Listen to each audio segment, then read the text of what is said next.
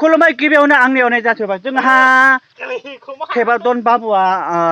आलाय आरन थियेटाराव हाबबाय माने ओरैबायदि गोजोननाय मोन्दों आलाय आरन थियेटाराव नुनो मोनसिगोन ओरैबायदि गोजोननाय मोन्दों जोंहा थेबादन बाबुआ आलाय आरन थियेटाराव हाबबाय आरो जेनेबा बारा जायाखै हप्तासेफोर जाबाय दा हाबनाया जेनेबा दिनैनिफ्राय ट्रेनिं लादों आरो जेनेबा जिखुनु जोंथिंबो फैगोन गासैयावबो नुगोन आरो बेनिखायनो आङो गोजोननाय मोन्दों आलाय आरन थियेटाराव हाबनायनि गोजोननाय मोन्दों माने मानसिया बावना आरो जेनेबा बावना ओरै गाहाय थेबादन होनना बुङो आरो ओरैनो बिनि इउटुबनि नामानो थेबादन ओमफ्राय गावनि अरिजिनेल नामानो गिरिधार बर' जेनेबा इउटुबनि नामानो थेबादन नाबा आरो मा बुंनो हागोन बेनिखायसो थेबादन माने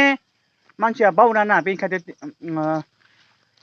बावनाखाय थेबादन होननानै लादों आरो बिनि गावनि इउटुब चेनेलखौ ओमफ्राय बिनिखायसो आङो गोजोननाय मोन्दों आलाय आरन थियेटाराव हाबनायनि थाखाय आङो गोजोननाय मोन्दों आं दायो बागानाव दङ नै बागान दा जों नायफैदों आरो जेनेबा बिलाइखौ खानोब्ला इटेल खानांगौ आरो बारा खानाङा बारा गोलाव गोलाव खानाङा इटेल गोरलै गोरलैखौ खानांगौ ओमफ्राय बेफोरबायदिखौ बारा गोलाव गोलाव खानो नाङा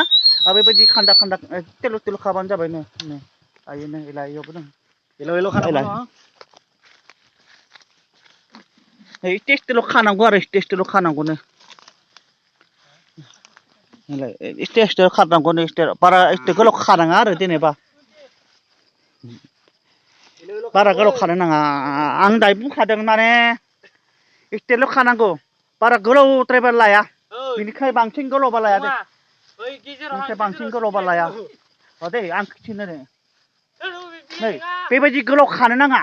बेबायदि गोलाव खानो नाङा बेबायदि गोलाव खाबाथाय लाया माबाया गलगरनिया बेनिखायनो इस्टेल' खानांगौनो इस्टेल' बारा गोलाव खानाङा दै इस्टेल' खालाय इस्टेल' खाबानो जाबाय दे दायो आं दायो भिडिअ फोजोबनोसै माने आलाय आरन थियेटाराव हाबनायनि थेबादन बाबुखौ जेनेबा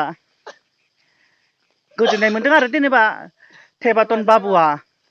आलाय आरन थियेटाराव हाबबाय आरो जेनेबा हाबनायनि आं गोजोननाय मोन्दों दे माने बेयाव बानायगोन आलाय आरन थियेटार बेयाव लाबोगोन बेयाव नै जायगाया मोजांसोमोन दा बेयाव सोरां मन्जु थियेटार लाबोबाय थायो बेनि उनाव आरो